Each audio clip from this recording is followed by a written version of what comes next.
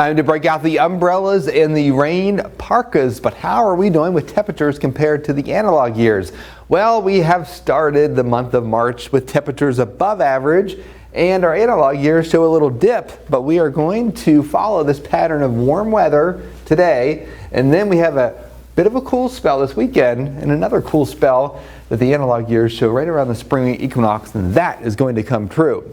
So here's Route 19 at Beckley. We have the roads dry right now, but we're starting to see a couple of sprinkles starting to fill in on the radar as a warm front lifts through. So if you live in Bluefield, if you're traveling I-77, you're starting to see that light rain that will continue to push up the Route 19 corridor and 219 corridor. So we will all get in on the light rain going forward through the evening. We do have some heavier echoes showing up across the southeast, so this light to moderate rain will continue to intensify a bit tonight and tomorrow. It'll be a soggy stretch of weather.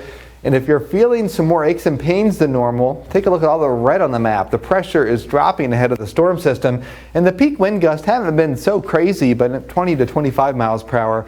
But when you combine the breeze with the rain and the cool temperatures, it feels like the middle of winter, right? 48 in Marlington, 54 in Lewisburg, 51 degrees in Beckley. So overnight rain, if you live in the higher elevations above 3,000 feet, you will see fog develop, and our temperatures will be in the 40s tomorrow morning.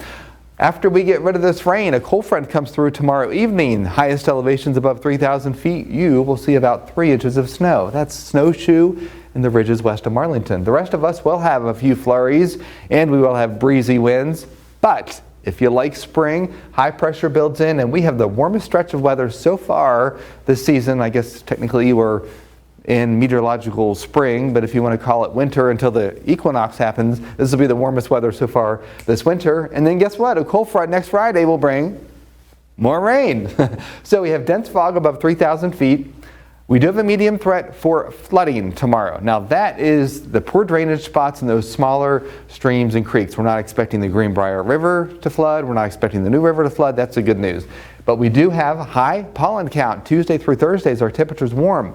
Yes, the snowfall map, I'm only catering to those who are above 3,000 feet east of 19 in the highest elevations of western parts of Pocahontas County. You feel the pressure drop now. That will continue through Saturday, but the good news is pressure starts to level off next week. And speaking of level off, our temperatures are going to level off back into the upper 60s to lower 70s by Wednesday and Thursday of next week, after starting out Monday morning and a little frosty with temperatures in the 20s, and the pollen count will be on the high side. So that's your 7-day forecast. So just brace yourself some rain, cool temperatures, weekends that we've seen since at least January of 2023, 2022, I guess. But you know what? That's just a small price to endure, because 73 on Thursday? Yes. That's absolutely wild and happy and cool. I can't wait. It's going to be all of those things that you said. I agree. And I'm just super excited. I love the warm weather, which, I mean, I say it all the time, so I sound like a broken record. But I mean, it's just wonderful. I'm just so grateful. And starting on Sunday, the sunset will be at least 7:35 p.m. Oh man, it's all coming together. That's Springtime's here, man. I'm so excited. Wait. Neither can I.